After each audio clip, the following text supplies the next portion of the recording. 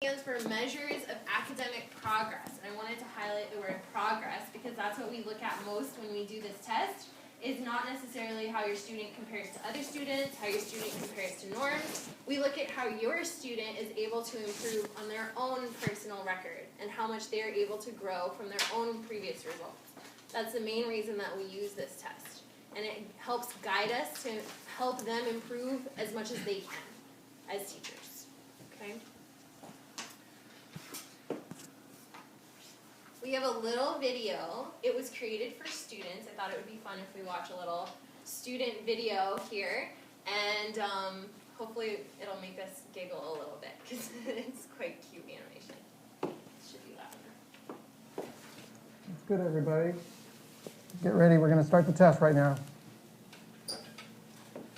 Here we go. I hope I can do this test. Why are we taking it anyway? Huh? That's a good question. Do I want to know the answer? Sure. Why not?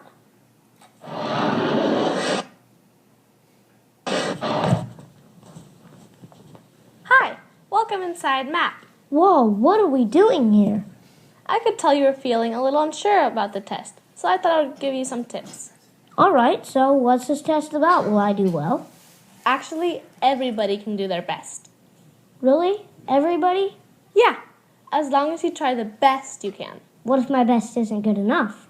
With the MAP test, your best effort is always good enough. It's a chance to see how far you can go in your learning. What do you mean? I'll show you what I mean.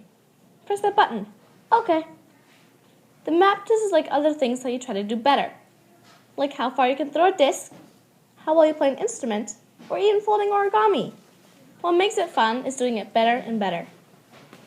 What's that got to do with the MAP test? Because the MAP test is trying to do your personal best, like this student. She took the MAP test at the beginning of the year, and that told her teacher what she was ready to learn next. So, during school, she worked on getting better. Later on in the year, she took the MAP test again, and this let her know how much she had improved. Oh, okay. So what are the MAP questions like? Well, let's try a couple. Do not rush. This is not a timed test. Well, I already know my answer. It's this one. Good. Do you want to push next? You can always change your answer before you go to the next problem. I'm pretty sure. Can I change my answer later? Not really. As you see, there's only a next button, not a back button. Okay, I'm ready. Good. Now let's try a math question. Do you see anything different? You mean the picture in the corner over there? Yeah, that's a calculator. The calculator appears when you might need help with math facts or problems. So, what do you think? I think I don't know the answer. Can we skip this one? You have to answer every question before you go on to the next problem. But I haven't seen this kind of question before. Well, try this when the question's unfamiliar. Start by taking away the choices that you know are wrong. Well, I know the two bottom ones are too big. Great. Now just choose from what's left. Then I think it's this one. Wow, good for you. Go ahead and press next. But I still don't understand. Why do they put on those kind of questions that I haven't seen before?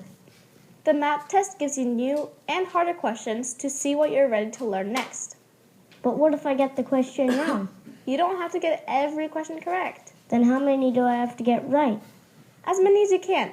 Remember, it's your personal best. So whatever that is, it's fine. Plus, the MAP test isn't always so hard. Oh, okay. That makes sense. It's time. Time for what? Time to see how far you can go on the MAP test. Cool. Thanks for the help.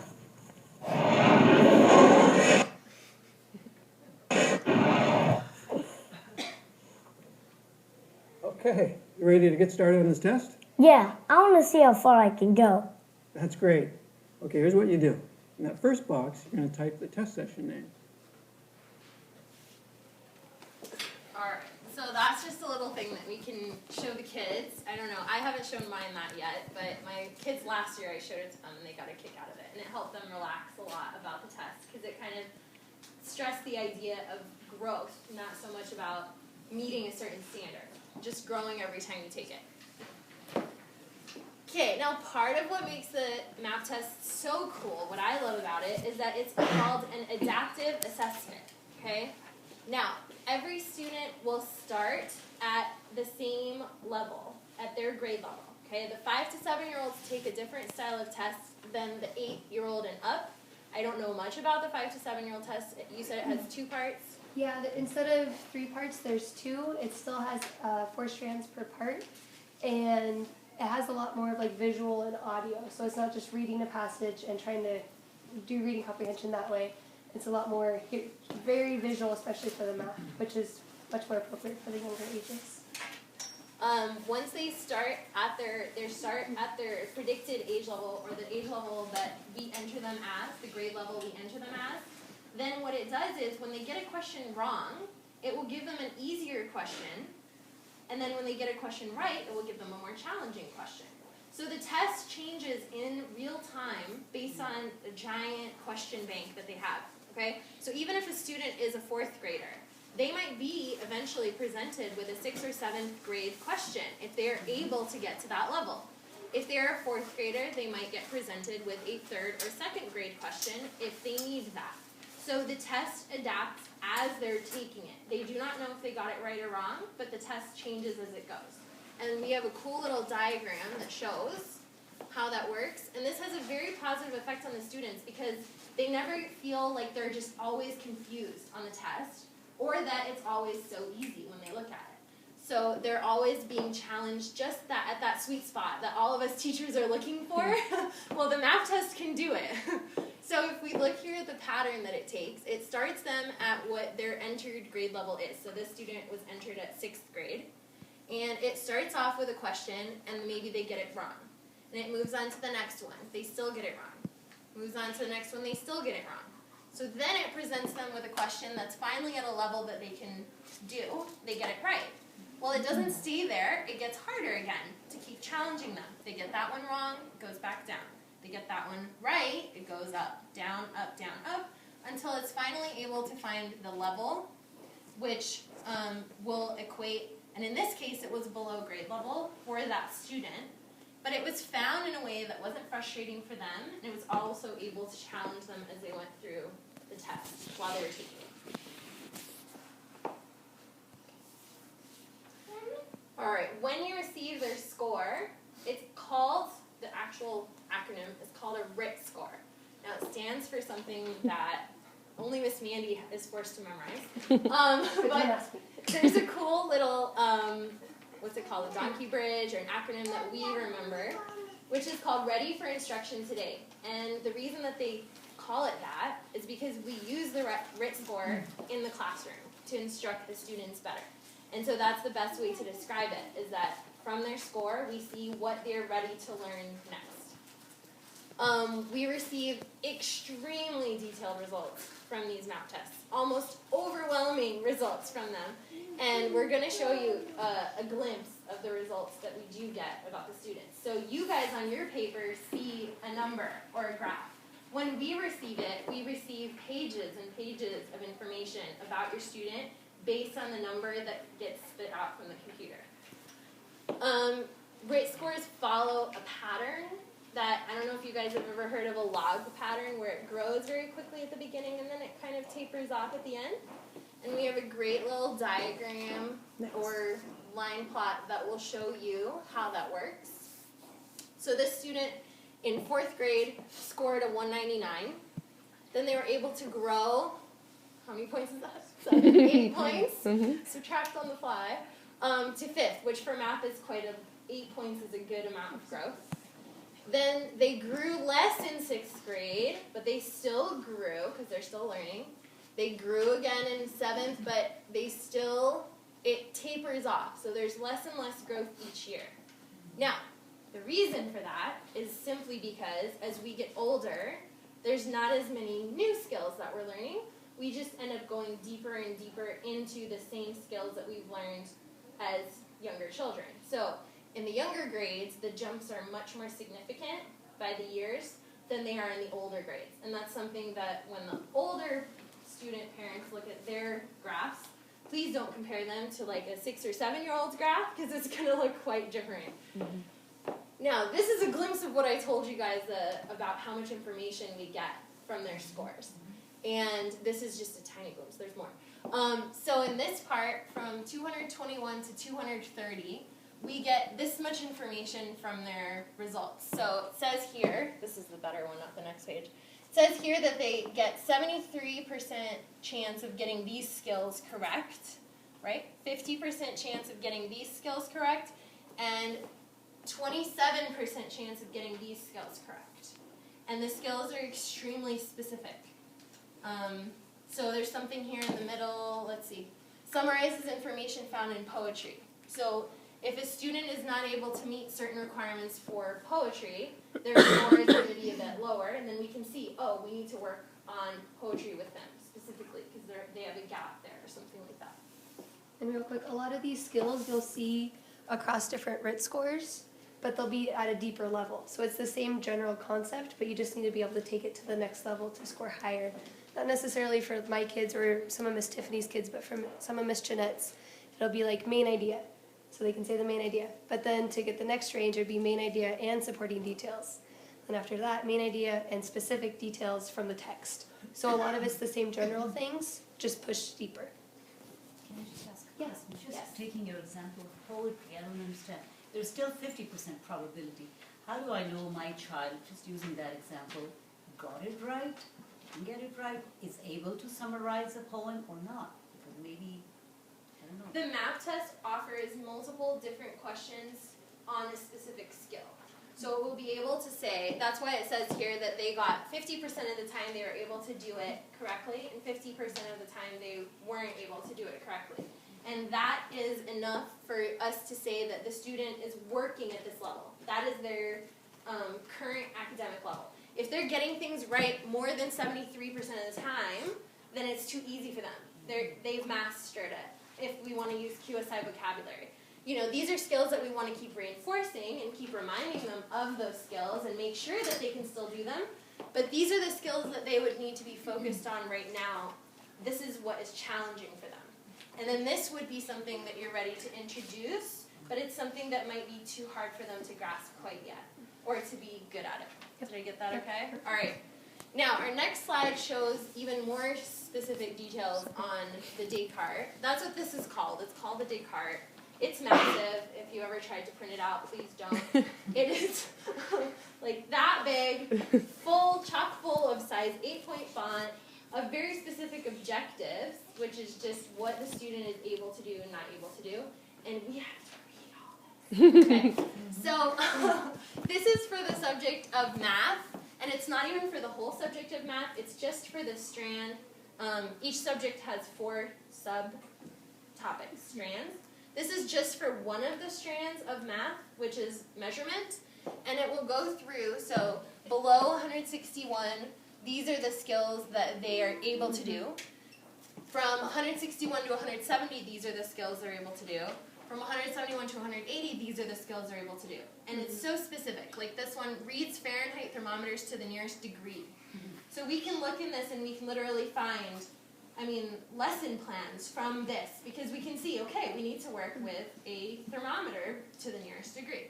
And if Ms. Tiffany will click on, do you want to see the rest or just specifically? Really quick. So you'll notice that there's angles, perimeter, and circumference, but there's no topics there.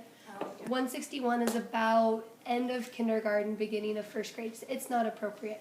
So this will stretch out into the entire thing, and as it is appropriate for them to learn those, You they'll can see appear it in with the the area score. and volume. They Yeah. don't have it for those scores, but then once they reach, is that what you meant? Once they reach 171, suddenly now we are starting to deal with area. And so it's there, but they're not expected to be able to handle anything in that category yet. And once they've mastered it to the point where it can't be tested anymore, it'll disappear again too. So that's why, if we can go on now. And now Ms. Tiffany will click you through just a little tiny glimpse of what we get to see. So this is the whole continuum from below 161, which will show up as below range, BR, on the results, all the way up to 280. Keep going. It was 240. Oh, One no. more. Sorry, 250. Above 250. So that is the range of scores for math for the MAP test is 161 to 250. Did you want to see anything else? No, and there's also actually another one too for the primary grades. So 161 is where second graders get the choice to take either the primary grades or this math. And so there's a whole nother, if we were to print out the entire thing for both tests, it wouldn't even fit on the page. It's huge. Yeah, For I guess both now there's like 50% primary test people and 50% upper test people, and we're mostly talking about the ages 8 and up test. So some of this is going to be different, and that's up to those two to help you with, because I don't know much about that. Okay, also I want to mention before we move on, that the Descartes, which is what this is called, our master document, actually changed this year. They adjusted the Descartes to match with the Common Core standards in the United States, which is just the declaration of this is the best system for education right now. And what's cool about it is that our literacy and our math match Common Core. So we're going to really be able to understand and know that our students are being taught aligned with the assessment that we are giving them. And so we are really able to take the MAP scores and say, okay, this does reflect what is going on in the classroom, because we're teaching what is on the test. My dad would say we're comparing apples to apples. So it works out really well for us. All right, now, we've had in the past, I've had my students be really nervous about what this score means and how it's going to affect them. And so we wanted to clarify what we do with their scores and what we don't do with their scores. We want to be very clear how we use them. So the first thing that we use it for is a tool. It aids us, it helps us to place your student in the correct age group here at QSI. So if a new student arrives, we give them the MAP tests, and based on that and their other results from the previous school, we're able to decide where would be the best placement for them, especially because our school is so unique that we can have a student in a different class for reading, writing, and math, that it really helps us to see that if they need to be in a different grade level for math, if they need to be in a different grade level for reading and writing.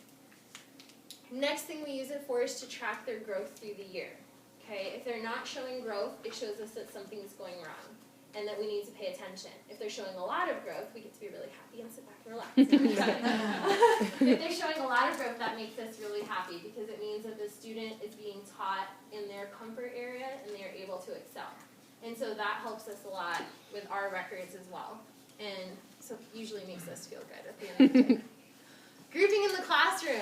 I have to admit I haven't done this yet. But Miss Mandy is a superhero at using math tests to group in the classroom. You want to talk about it? Yeah, sure. So I have my reading groups and some of my math groups based off the different strands. So I target different things each week and work with the kids that are in the similar strands. So instead of teaching all whole group and either going above or below some heads, I teach whole group and then also split up into where they need their instruction. So that way everybody kind of just gets what they can really succeed at and can really handle and grow a whole lot from.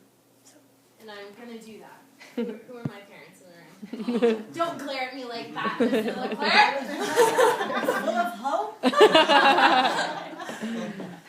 Targeted instruction goes with what Miss Mandy said also. We group them and then we target them. We laser in, we hone in on exactly what we can do to help them move on. Because that's what we feel from the math. The math education is all about making sure that our students have what they need now to move on.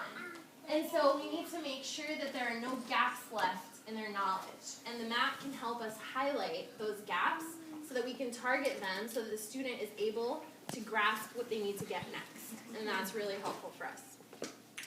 Finally, we are working towards accreditation for our school, and we have to set goals as an institution, as a school, how we can improve. And part of those goals are going to be based off of our MAP scores. We want to use them to say that our students are going to improve by a certain amount each year. We are going to be better teachers. Every year we're going to be better and better. So we'll use the scores as data to meet those goals. Did I say goals twice? No. Okay. What we don't do with their scores, I promise you.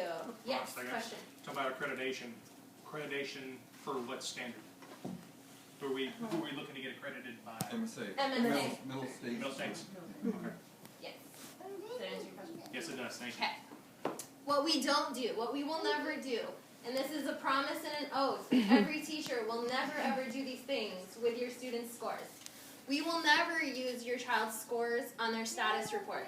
It may be sent out in the same envelope, but it has nothing to do with their transcript for the school. This is an additional supplementary tool to understand how your student is progressing.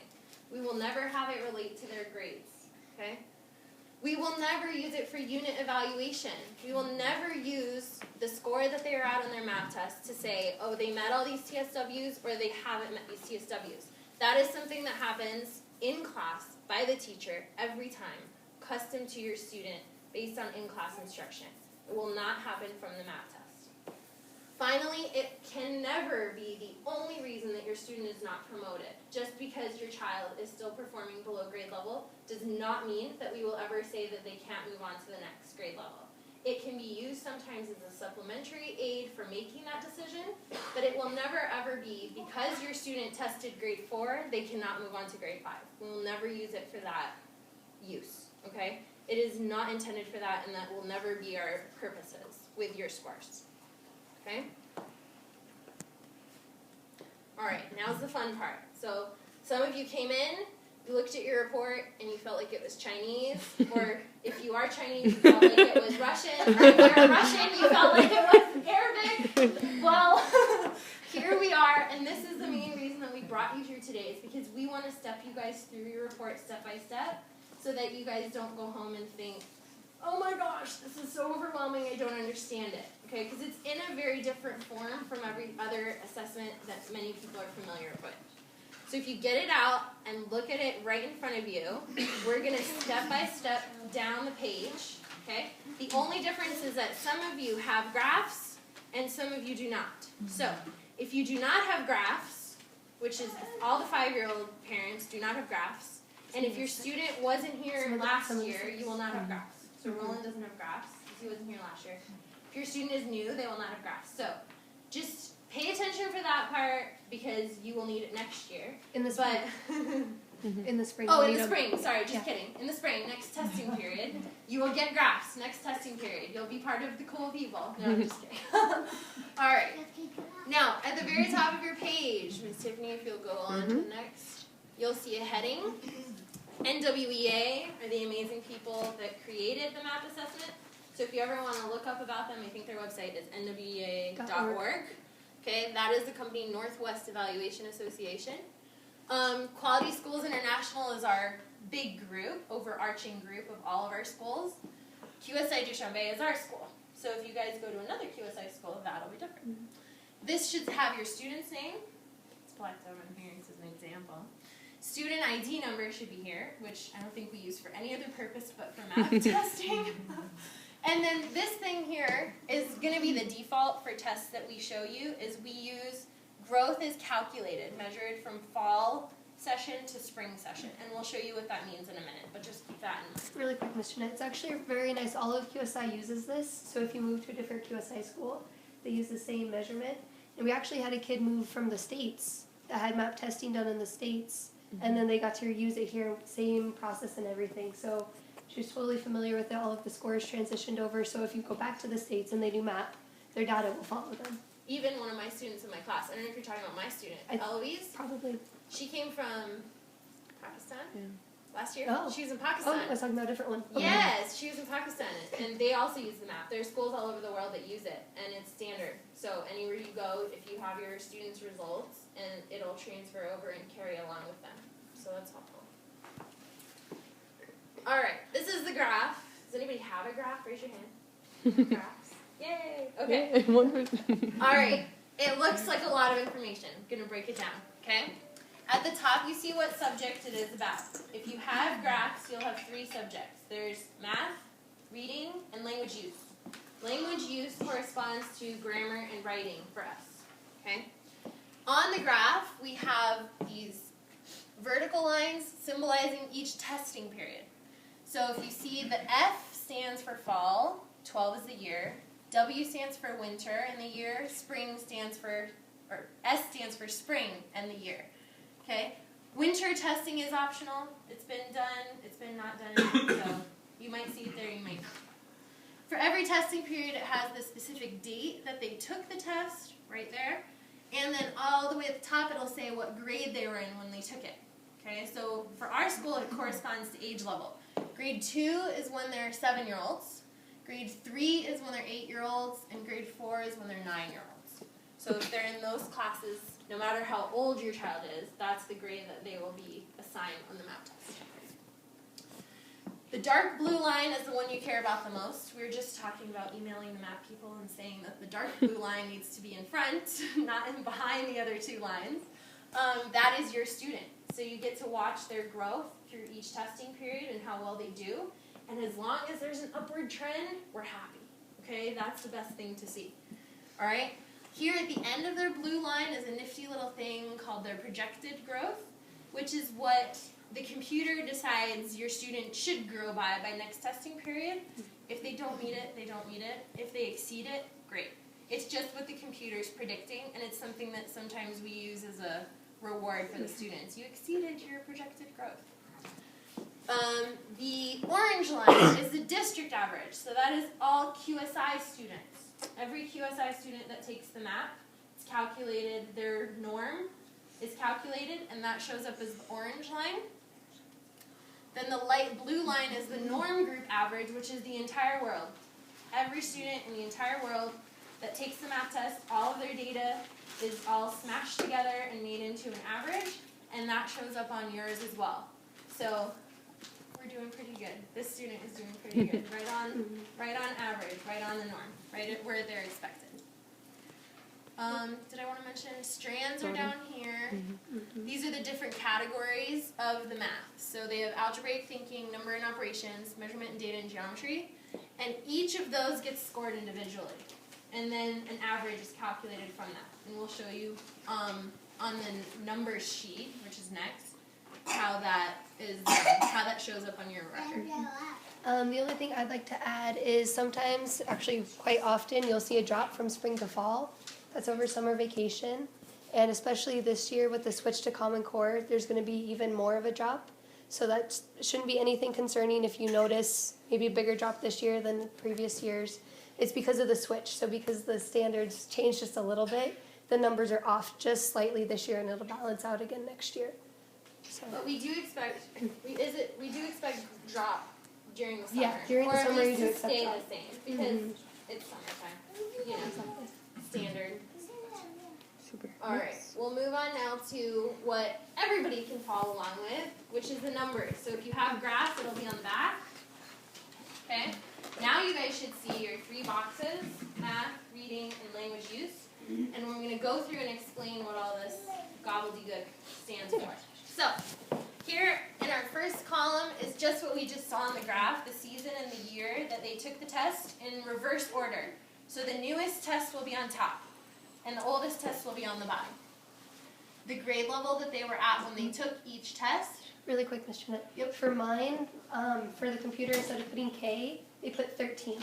So it looks really strange, and all the graphs come out weird because, yeah, anyway. So if you see 13, it's actually the kindergarten class. They just put us at the end. So. Is that because kindergartners don't usually take math? No, it's because they don't want to put K. They don't want to use a letter. Yeah. Okay. So we use the number 13. Could we have used 0? That might have made more sense. Grade 0. Anyway. Next thing you see is the student's score range, their RIT score range. Now, the lowest score is taken from the strand that they scored the lowest on, and the highest score is taken from the strand that they scored the highest on. And then the average is calculated from those 4 numbers, and that's their overall score for math, for example. So, there are rare cases where we see a student who does way worse in one or way better in one. But most of this time, I mean, students hover around a certain value, so the average is pretty honest. It's indicative of what level they are at in math. Next to it, you'll see the district average RIT, which remember is all the QSI schools, is our district. And then the norm group is the world right next to it. Okay? Now here, the growth is where I told you guys to remember that thing about growth being measured from fall to spring. So this value here on my student's example says 22. This 22 was measured from fall 12, 178, to spring 13, 191. This student grew 22 points. Okay, that's massive for 1 year. It was quite a jump. All right, the computer predicted he would jump 14 points. So he grew way more than the computer predicted. Now, the next measurement is from this fall, 13, which is 192, to spring 14, 203. That doesn't... Yeah, there's an anomaly on this one. Yeah, this should be... Yeah, NWEA gave us a bad example. Bad example, Yeah. student. This should be the growth from this fall No, to because this they did, spring. no, that's the norm. The student went from 202 to 204. Oh, sorry, you're right. There you go, Manny, you got me. 202 to 204 is 2 points. I was looking at the norm cap. See, we still make mistakes on it. Lots of numbers. 2 points from their 202 to their 204. Now, the computer predicted they would grow 11. Why? Because the year before, he jumped 22. So the computer's like, oh, he's going to grow again, a bunch, okay? And unfortunately, he didn't meet that. However, he was already above norm when he was at this point. He was already above the norm. So we would predict that he wouldn't quite grow as much past the norm, because that's that log thing that we were talking about earlier. It evens out. And there's a lot of different factors that go into the typical growth. So they consider like what the norm growth would be, how the student's been growing. So it's not just, hit and miss for this child, exactly they should grow this much. There's many different factors that go into it.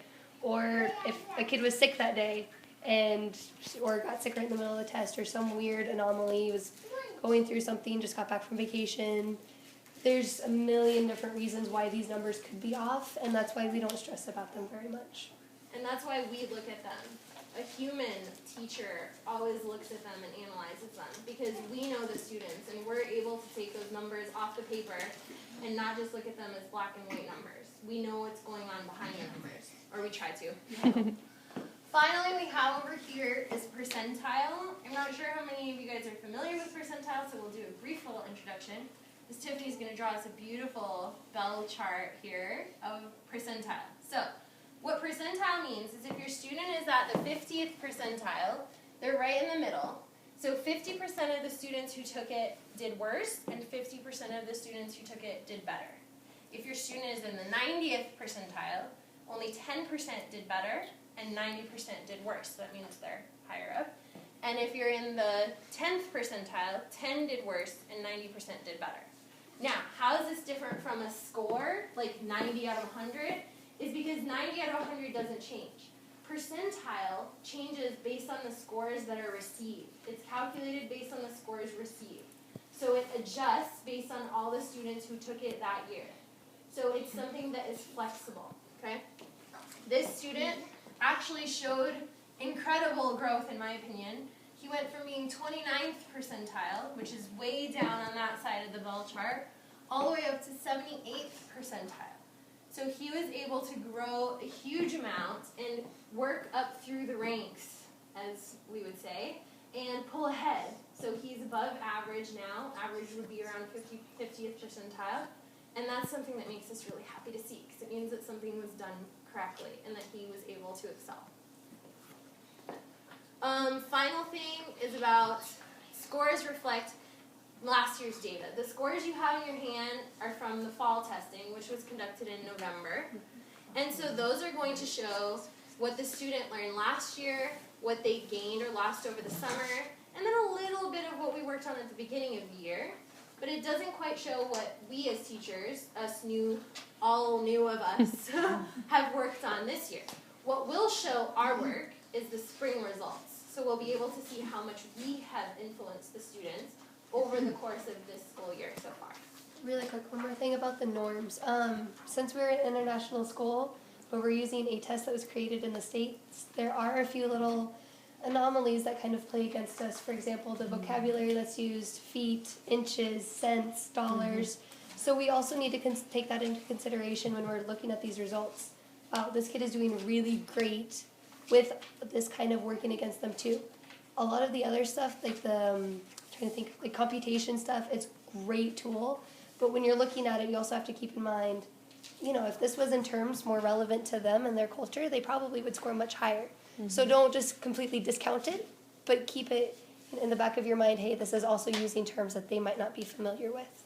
And it also affects their reading and language use scores, because in reading, they'll ask them questions related to American history.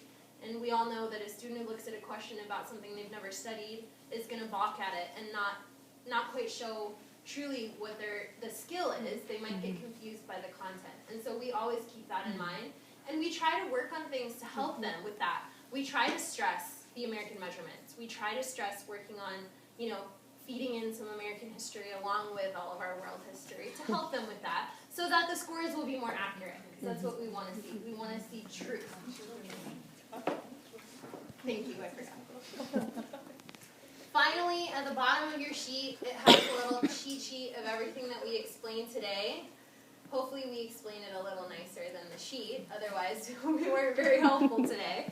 The only thing on here that we did not hit on, I believe, is the Lexile range. You will see on your reading scores, maybe not the fives. Do fives? No. Get No, Lexile? they just have BR. Okay, so the older students will see Lexile with a little trademark R next to it every time, or T, whatever it is. And that is what their reading level is. In the classroom, we test them on a different reading scheme called Fontes and Pinnell. But we can convert their Lexile scores to what we use in the classroom. So we can make sure that they're on track with what we're showing in the classroom. And actually something interesting happened to me this year. In the fall, one of my students tested way higher on his math Lexile than what I had him at in class. And so what I was able to do is when I retested him, I bumped him way up, and he was able to do it. And so that fixed the result that I had in class, which was not showing his accurate reading level for some reason.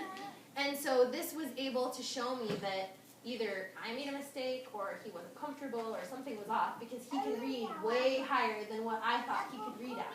So it was very helpful for me to see that result. Also, a lot of these books might have Lexile on the back. A lot of books that you look up in the States, if you want to buy books for your students, you can look them up by Lexile. So you can actually choose, once you know your student's Lexile, you can choose books at their level. It's used worldwide.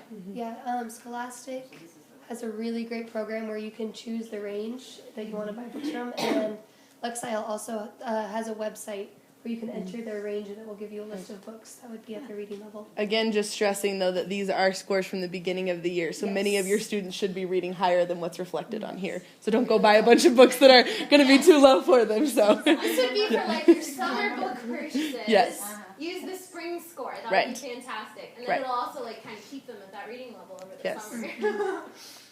Next. Yeah, I think we're about done. Okay. Do you guys have questions you want to ask right now? While we're here, live. Yes. Miss, you want to go first? Or If there's a Lexile range, two numbers given, what do they mean? it means that they were given many different passages, and the ones they were able to succeed at were between that range and that range. But it doesn't, it's just, these are two numbers, they don't say anything to me. The But numbers, that's what yeah. Lexile is. Oh. Lexile is done by numbers from 100 to 1,000. Something like that, yeah. From 100 to 1,000 is what your Lexile score is going to show up at. So Roland should be around 800, I think. And also, there are charts that 1,000 to show. 1,200 is about 8th, 9th, 10th Okay, grade. because there's no explanation down here. Right, No, right. it's not. Yeah, but that is available online. I mean, we can even make that available that shows what Lexile corresponds to as far as grade and And we age. have a bunch of charts. The only problem with it is that for some reason every chart we look at is slightly different. So what we do is we look at all the charts that we have, and then we use all of that to figure out whereabouts where it corresponds. Okay, what was your question? What means district? You mentioned district. District is yeah. all of the QSI schools in the world. We have 37 schools. And then the other one was Norm worldwide group was worldwide. So district is just QSI schools. altogether. All of us, all 37 of us, or however many of us do math. We all do. 30. It's required. Oh, All okay. QSI schools do that. 37 of us. And then Norm is every single school in the world, which there are thousands and thousands and thousands of schools that use math now. Map has been out for how many years now? 10 years? I don't even know, quite a while. And so a lot of schools have been able to adopt it, and so it's quite internationally recognized now. But please remember, the norm is also heavily emphasized by the majority of, like a vast majority are used in the States. So that's why the norm differs so much from ours on some of those situations. So. Anything else you guys have on your mind right now? Otherwise, if you are confused, if you're worried, if anything is making you feel negative at all, even a little bit, please come to us. All of us in the school are almost certified for MAP, but we all know this information, all of us teachers, homeroom, classroom teachers. And so if you ever have questions, or if there's ever anything you want to see more information about on your report, please come straight to us. Don't try to go on the internet. Unfortunately, there's not a lot of help. Google helps so much until you try to Google Map. And then you're like, nobody on the internet has any explanations of Map. So you'll find a bunch of results from schools in the States trying to do the same thing that we just did today. But it's not enough, okay? So it's better to come to us face to face, have a sit down with us. We can go through very detailed and explain anything that you guys need, okay? Final thing, in your envelope, you have a little cheat sheet, okay? These are resources so that you don't get lost in the Google hole, okay? These are resources specifically for parents written by the NWEA about the MAP assessment that you guys can look at, okay? You'll have them in there. We'll also print them in next week's newsletter. Okay, not this Friday, but next Friday we'll have a whole thing about this session, extra information. And I also have a bunch of awesome little links for students to practice. And the cool thing about it is the links online for students are really gamey feeling. And so they get to go on and be relaxed, but they're still hitting the math skills that they need to hit. I used them last year with my students and they went crazy about them. They begged me for more math games, So that's something that I would love to give you guys also in the newsletter, so you guys can share those with your students. And then if they want to be on the internet, you can say, okay, you can be on the internet, but you can practice your math skills. One more really quick thing, we've given you a normative data chart. Since this is the first year for Common Core, they redo their normative data every 3 years. So try as best you can. I know you want to compare, but don't use the normative data. It'll still be close to a couple points, but it is going to be off for the next couple years until they can have enough data to really create a good solid norm. And what that chart does is it equates scores to grade level. That's what it will show you, okay? But please remember, on the map, 2 points is a big difference, okay? So if you see something where your student is like, oh my gosh, my student is like half a grade level behind, okay? That could be just a difference of 2 points. So don't stress about it too much if that's what you see when you look at that chart, okay? And the same thing when we look at it. We take it with a grain of salt, okay? We use it for estimates, but we're not going to say just because your student is 1 point behind, they're out of the acceptable range. It's not how it works, okay? So look at it, but don't let it make you nervous. And if you get nervous, we're all here. And we're ready. We're ready to help you guys.